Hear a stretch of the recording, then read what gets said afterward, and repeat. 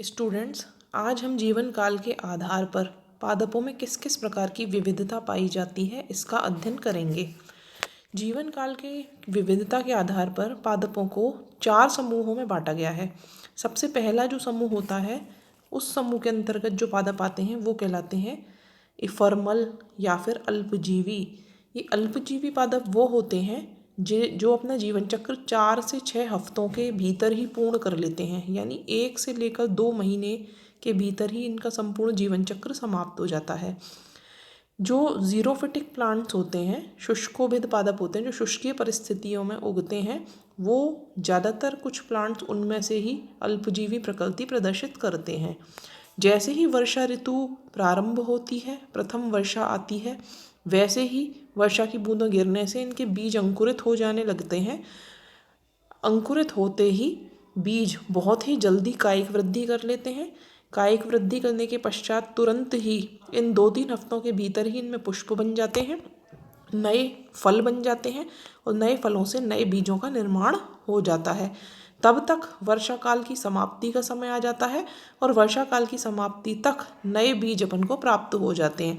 तो यानी वर्षा के शुरू होने से वर्षा के ख़त्म होने तक का जो 1-2 महीने का समय होता है, 4 से 6 हफ्तों का, उसी अल्प समय में ही ये पादप अपना संपूर्ण जीवन चक्र या जीवन चक्र के जो चरण होते हैं, कायिक वृद्धि, जनन इत्यादि, वो सभी पूर्ण कर लेते हैं।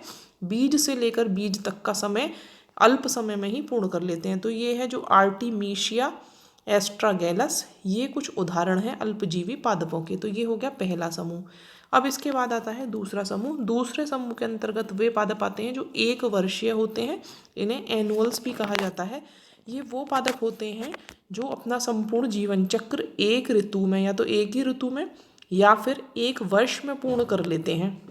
ये अपने जीवन काल में, संपूर्ण जीवन काल में एक बार ही पुष्पन करते हैं। जैसे इनके उदाहरण हैं धान, गेहूँ, सरसों। जैसे कि नवंबर का महीना आया, अब अपन ने अक्टूबर नवंबर में सरसों के बीज बोए, 2-4 महीने बाद ही, 1-2 महीने बाद ही इनमें कायिक वृद्धि हो जाएगी, पादप बन जाएंगे। पादप बनने के बाद उनमें फिर फूल बनने लगेंगे, फूल बनने के बाद फिर फल बन जाएंगे, फल बनने के बाद बीज आ जाएगा।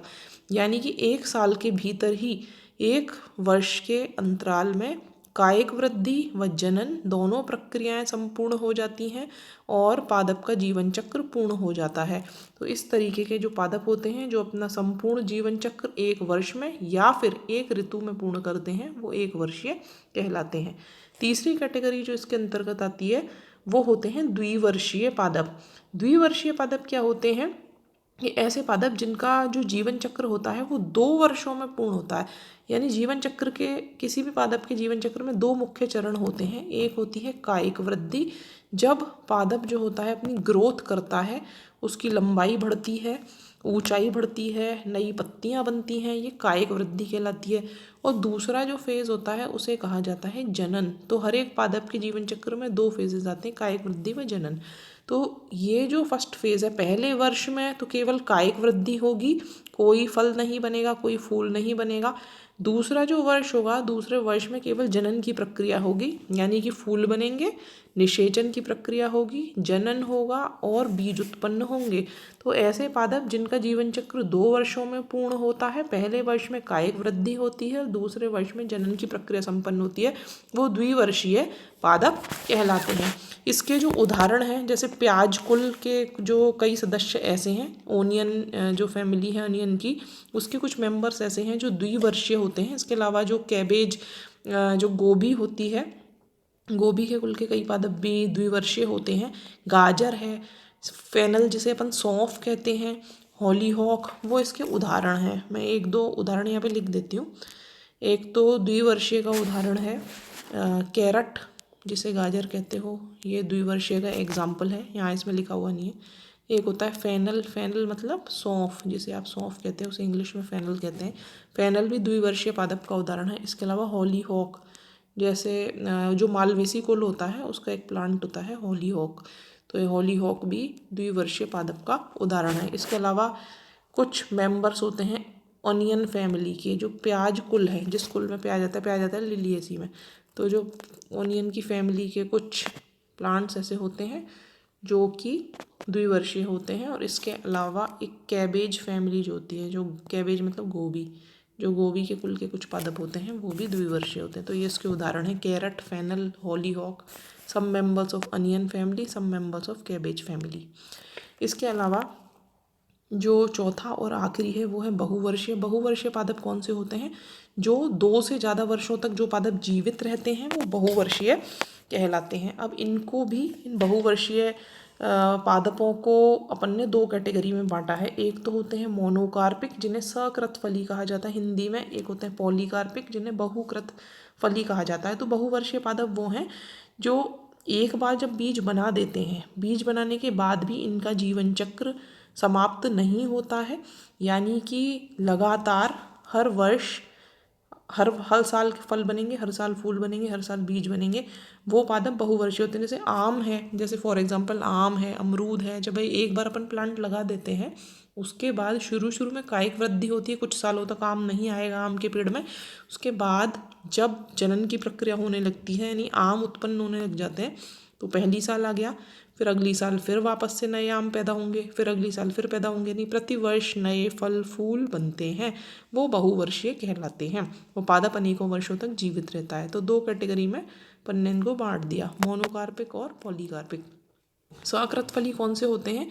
कि ये जो होते हैं, प्लांट तो बहुवर्षीय है, यानी पादप एक बार आपने पौधा उगा दिया तो उसके बाद पौधा अनेकों वर्षों तक जीवित रहेगा, उसकी मृत्यु नहीं होगी, लेकिन पूरे जीवन काल में, जैसे मान लीजिए 10 साल पादप जीवित रहेगा, लेकिन उसमें जनन की प्रक्रिया केवल संपूर्ण जीवन काल में सिर्फ एक बार ही होगी, यानी पूरी जिंदगी में सिर्फ एक बार ही फल बनेंगे, एक बार ही फूल बनेंगे। इस तरीके का जो पादप होता है वो मोनोकार्पिक कहलाता है। इसके जो एग्जाम्पल हैं, जैसे कि राइस, चावल जिसे अपन कहते हैं, वीट, रेडिश, बैम्बू, ये हैं। मैं एक बार यहाँ लिख देती हूँ, जैसे राइस है, राइस जिसे आप चावल कहते हो वो मोनोकार्पिक का उदाहरण है। इसके अलावा वीट जिसे आप गेहूँ कहते हैं वो है इसका उदाहरण। इसके अलावा अपन जिसे रेडिश कहते हैं, रेडिश मूली, ये रेडिश भी इसी तरीके का एग्जाम्पल है, किसका? मोनोकार्पिक की बात अपन कर रहे हैं। और एक है बैम्बू, बैम्बू जिसे बांस कहते हैं, ये उदाहरण है किसके? मोनोकार्पिक के। बैम्बू, राइस, वीट और रेडिश। आखिरी जो कैटेगरी है जिसको पॉलीकार्पिक कहा जाता है, पॉलीकार्पिक या बहुकृतफली कौन से होते हैं? कि ये जो बहुवर्षीय है उसी का ही एक प्रकार है।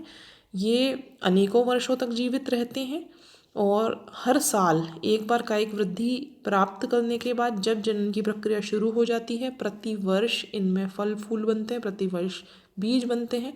जैसे आम है, जैसे जामुन है, वो इसके उदाहरण है। तो ये अपन ने जो लॉन्गेटिविटी है उसके आधार पर अपन ने डाइवर्सिटी देखी प्लांट्स में। तो 4 समूह में बांटा है। अल्पजीवी जिसे एफर्मल कहते हैं, एक वर्षीय जिसे एनुअल कहते हैं, द्विवर्षीय जिसे बाइएनियल कहते हैं, और बहुवर्षीय जिसे पेरिनियल कहते हैं। पेरिनियल को भी वापस से 2 कैटेगरी में बांटा है, मोनोकार्पिक और पॉलीकार्पिक। विद एग्जाम्पल आपको ये याद रखने हैं। Thank you.